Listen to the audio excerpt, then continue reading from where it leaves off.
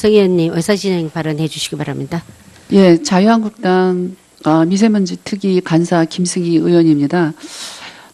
오늘 그 미세먼지 특위가 개최되기 전에 그 집권 여당의 원내대표 우원식 의원님께서 오셔갖고 그 초당적으로 미세먼지 특위에 대한 과제를 협력을 해달라는 그런 말씀을 하고 가셨습니다. 그리고 오늘 또 환경부 장관이 그 업무보고에 앞서서 모두 말해 문재인 정부는 미세먼지 특위를 국민의 최우선 과제로 수행을 하겠다 이런 발언을 했습니다.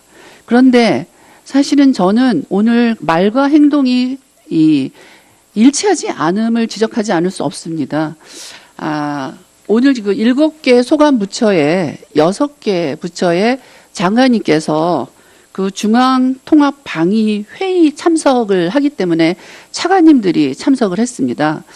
이 회의가 안보와 관련된 부분이기 때문에 굉장히 중요하다는 거 익히 알고 있고요. 그리고 또 그것 때문에 안 오셨다라는 것도 익히 알고 있습니다. 근데 작년의 경우에 제50차 동일한 회의에서는 5분의 기재부, 농림부, 법무부, 보건복지부, 산업통상자원부 장관님께서 그 회의, 소위 그 중앙통합방위회의에 장관 대신 차관이 참석한 바가 있습니다. 그리고 2016년도에 49차 회의에도 문화체육관광부와 외교부 장관 대신에 차관이 참석한 그런 회의입니다. 이 중앙통합방위회의가.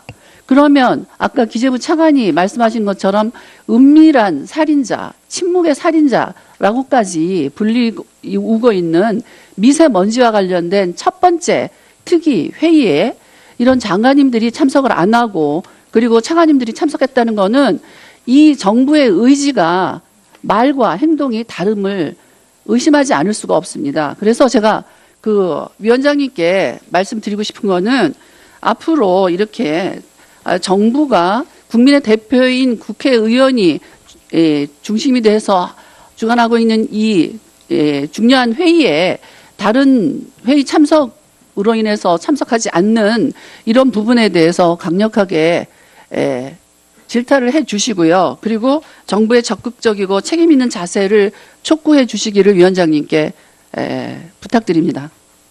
예, 존경하는 김승희 자유한국당 간사님께서 말씀하신 거 부처에서 잘 들으셨죠? 앞으로 유념하셔서 꼭 잘 지켜주시길 바라겠습니다. 그러면 지금부터 자유한국당 김재경 의원님께부터 질의 들어가겠습니다. 존경하는 김재경 의원님 질의해 주시기 바랍니다.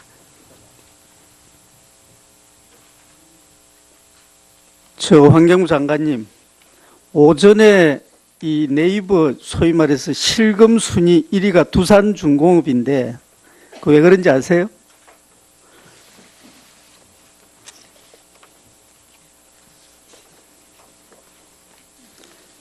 두산중공업이 국내 유일의 원자로 건설 기술을 보유한 회사입니다. 그런데 이 정부 들어서 탈원전 정책을 펴면서 두산중공업이 자기들 경영 방향에 대해서 며칠 전에 발표를 했어요. 근데 그제 이제 친구들하고 기업 근무하는 친구들하고 저녁 먹으면서 들으니까 두산 인프라코어 뭐 주식값이 올라간대. 근데 이제 상대적으로 두산중공업은 매각설이 돌면서 이제 이 문제가 생기니까 아마 이 두산중공업 측에서 매각은 사실 무근이다. 이런 발표가 이어지면서 오전에 실금 순위 1위가 두산중공업이 된 거예요. 근데 이제 제가 한 5, 6년 전에 지금 저 산자부 차관님 오셨는데 이야기 잘 들어보세요. 뿌리산업진흥 육성에 관한 법률을 이제 제정을 할 때 이 산자부에서 가져온 자료를 보니까 우리나라의 기초 뿌리 기술이 일본이 100이라 그러면 우리가 85 정도 된다는 거예요. 대체로 다 그렇더라고. 근데 자료를 딱 넘기면서 우리가 일본보다 앞서가는 게 딱 하나 눈에 띄는 거예요. 그게 뭐였느냐. 선박 엔진 주물 부분에 있어서는 우리가 일본보다 기술력에서 우위에 있다라고 평가를 했더라고. 근데 이런 기술을 보유한 이제 회사가 이 정부 정책 때문에 결국은 이제 회사가 팔림이 많이 하는 이런 위기에 이제 봉착해 있는 거예요. 그래서 이제 다른 부처의 장관님들은 뭐 이 미세먼지 문제를 논하는 데 있어서 별 어려움이 없어요. 그 국민 건강을 이야기를 하고 쭉 나가면 되는데 지금 제일 안타깝고 깝깝한 게 아마 산업통상부 같은 거예요. 이건 한편으로는 만들어내야 되고 한편으로는 줄여야 되고 이런 이 딜레마에 빠져 있는 부처럼. 그래서 이윤호 차관님이 오늘 굉장히 좀 곤욕스러울 건데 그동안에 이제 이 문제를 둘러싼 정부의 그 좀 일관성 없는 행보를 내가 좀 몇 개만 지적을 해볼게요. 작년에 아마 그 기업에 이 이제 그 노석탄 발전소 그다음에 원자력 뭐 발전소 폐쇄한다 이러면서 급전 지시하면서 정부 보상금으로 2천억이 나갔다는 거예요. 그리고 작년에 이제 잘 아는 이야기지만 환경부에서 경유세 인상 추진했다가 한 달 만에 철회했지. 그다음에 이제 질소산화물 배출금 부과하려고 지금 이제 기재부에서 준비하고 있다는 것 같던데 상공회의소에서 이게 왜 산업 쪽 책임이냐 외부 요인이 많다고 지금 강력하게 반발하고 있지. 그리고 이제 엊그제 15일 날 긴급 대책으로 뭐 주차장 폐쇄하고 차량 이부제하고 이랬는데 서울시에서 50억 들여가지고 대중교통 지원하고 이랬는데 교통량 감소는 1.8%밖에 안 됐다는 거. 그거 지적하니까 16일은 15일보다도 미세먼지 농도가 서너 배 더 높았다는데 또 이거 방향 철회해버렸다. 그래서 이런 것들이 지금 정부의 조치들이 너무 좀 그때그때 미봉적이고 큰 흐름을 못 본다. 제가 여기서 왜 원자력 이야기를 하느냐 이거지. 원자력이 좋다라고 이야기할 정치인은 아무도 없어요. 그 자기 표 잃는 거고 지지를 다 잃는 건데 누가 원자력에 대해서 좋다고 이야기를 하겠습니까? 그 좀 필요악이라는 필요악. 우리가 이제 미세먼지를 위해서 석탄 발전소 없애고 그다음에 신재생 에너지 도입하고 하는데 좋다 이거예요. 근데 강력하고 지속적인 그런 전력 공급을 그게 확보할 수 있어요? 풍력 뭐 이런 거 태양광 해가지고 산업 경쟁력이 확보되느냐 이거지. 그럼 거기에 대해서 대안이 있어야 될 거 아니냐. 무조건 원전 그 없앤다 해가지고 모든 게 해결이 됩니까? 물론 원자력 발전이 모든 걸 해결할 수 있는 최고의 선은 아니에요. 그렇지만 이 산업 경쟁력과 그다음에 이제 이 미세먼지를 줄여야 되는 이런 여러 가지 필요성 이런 게 이제 균형 있게 정부 정책이 가야 된다라는 걸 전 이야기하고 싶은 겁니다. 여기 보면은 뭐 전기차로 대체하고 이러는데 그 전기 그냥 나옵니까? 뭔가 있어야 되잖아. 근데 우리가 화력 발전과 원자력 발전이 주류를 이루고 있다는 건 현실인데 그 이제 화력 발전에서 석탄 빼고 뭐 이러고 나면은 그 올라가는 전기 요금은 누가 다 보다만. 그래서 정말 제가 이 말씀드리는데 다른 분들은 별 고민이 안 될 수도 있어요. 근데 분은 아까 이야기한 그런 상충되는 고민을 안고 있으니까 좀 모든 정책을 논의하는데 다 관심을 가져야 되겠지만 두 부처에서는 보다 더 신중하게 대처를 해 주시길 당부를 드립니다. 예, 수고하셨습니다. 다음은 더불어민주당 강병원 의원님 질의해 주시기 바랍니다.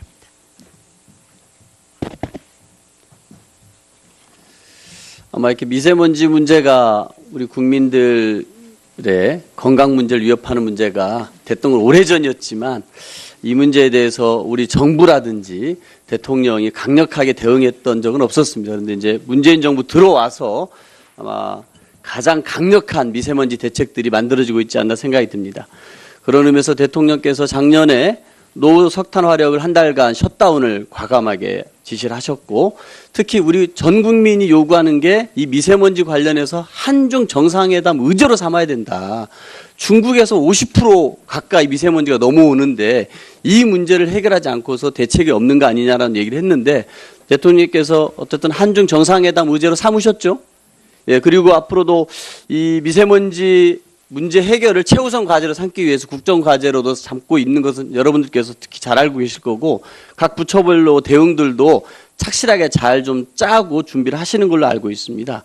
근데 최근에 이제 문제가 되는 게 뭐냐면은 제가 봐서는 이 고농도 시에 이렇게 심각한 상황일 때 이 비상 저감 조치가 과연 실효성이 있느냐 이 문제가 또 하나의 좀 핵심으로 떠오르는 것 같습니다.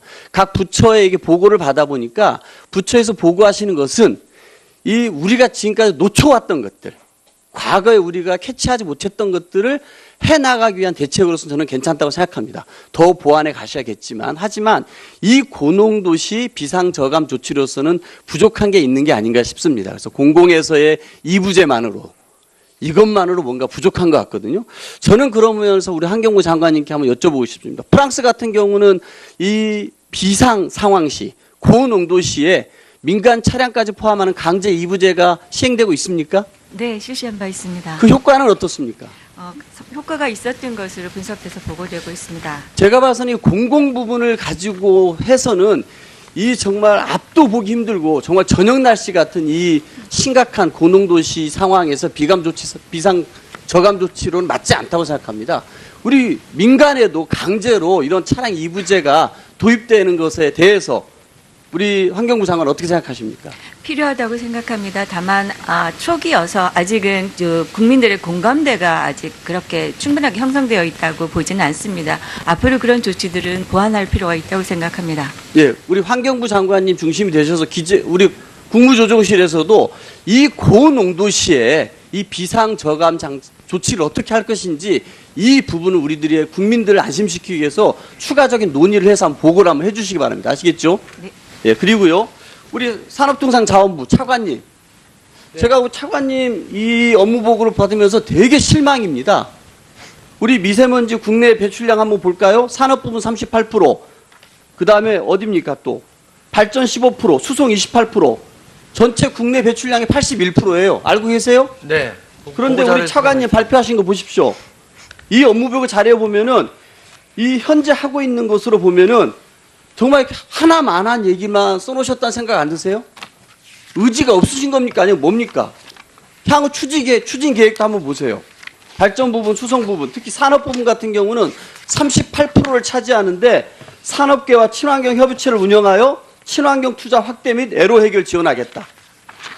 친환경 기술 개발을 지속 추진하겠다. 이게 뭡니까? 미세먼지 특위 만들어가지고 지금 여야 의원님들한테 보고하는 자리에서 있으나 마나한 얘기를 하고 있다는 생각 안 드세요? 예, 그 산업 부문에 관련된 대책이 전체적으로 환경부에서 전체적으로 공통된 부분을 빼고 저희가 기술 개발 얘기를 쓰다 보니까 그렇게 된 것 같습니다. 의지가 없다거나 그런 건 아닙니다.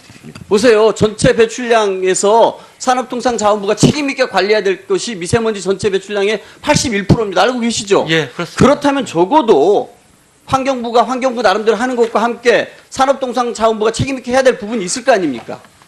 그런데 예, 특히 산업 부분 같은 경우 향후 계획으로 이 두 가지 정도만 얘기하고 있어요. 투자 확대하겠고 친환경 기술 개발을 지속 추진하겠다. 너무 무성의합니다. 다음 보고 때 정말 좀 제대로 된 계획 보고해 주실 것을 부탁드리겠습니다. 예, 우리 구체적인 기재부 내용이- 차관님, 예. 우리 교통에너지 환경세가 있죠? 한 15조 정도 걷고 있죠? 근데 그 배분이 교통개선 특별회계가 80%, 환경개선 특별회계가 15%입니다. 그렇죠? 맞습니다. 이게 일몰이기 때문에 그 작년에 그 경제부총리께서도 이걸 비율을 좀 바꾸는 거에서 한번 논의해 보겠다고 했습니다. 이 교통으로 투자되는 예산은 좀 남고 있죠? 그렇습니다.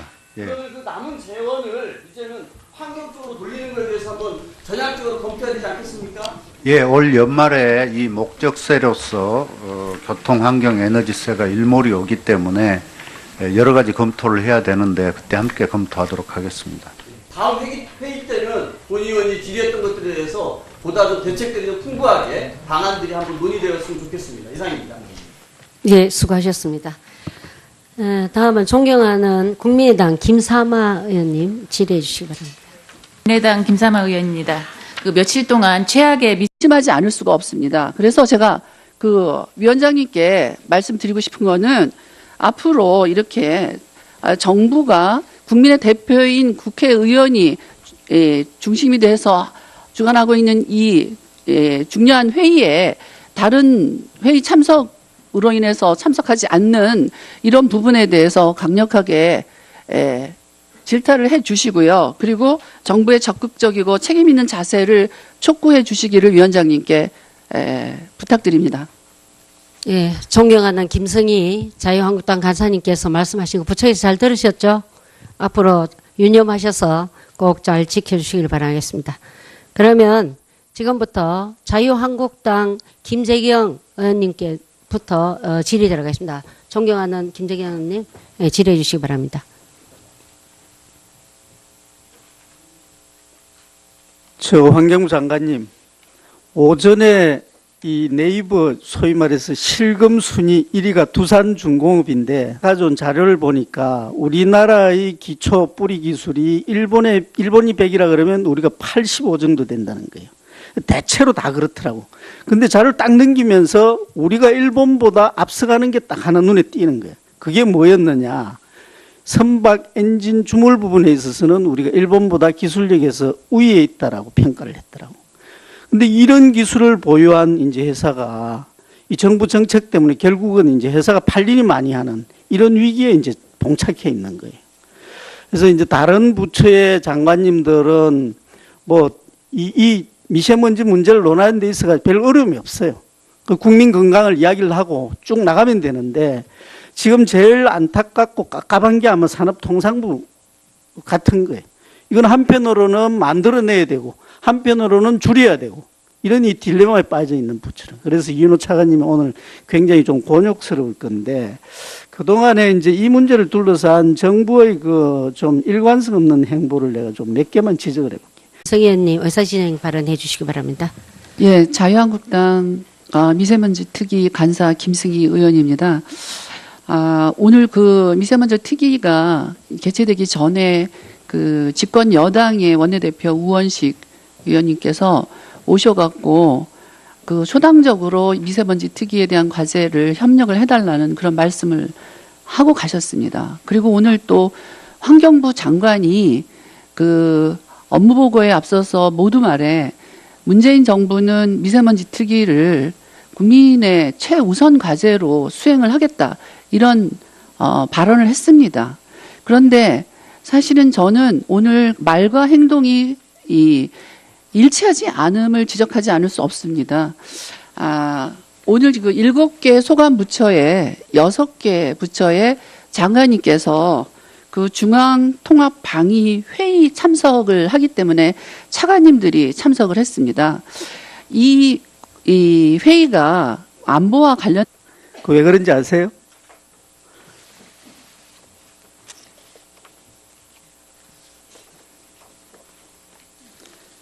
두산중공업이 국내 유일의 원자로 건설 기술을 보유한 회사입니다.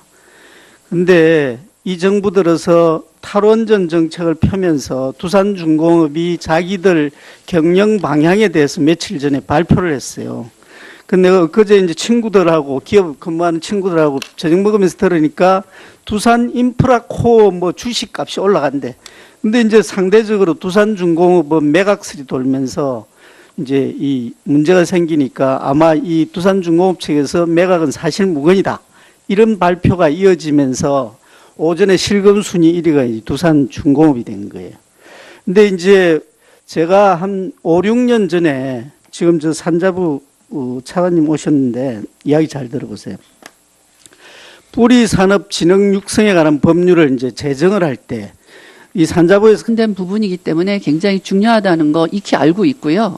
그리고 또 그것 때문에 안 오셨다라는 것도 익히 알고 있습니다. 근데 작년의 경우에 제50차 동일한 회의에서는 5분의 기재부, 농림부, 법무부, 보건복지부, 산업통상자원부 장관님께서 그 회의, 소위 그 중앙통합방위회의에 장관 대신 차관이 참석한 바가 있습니다. 그리고 2016년도에 49차 회의에도 문화체육관광부와 외교부 장관 대신에 차관이 참석한 그런 회의입니다. 이 중앙통합방위회의가.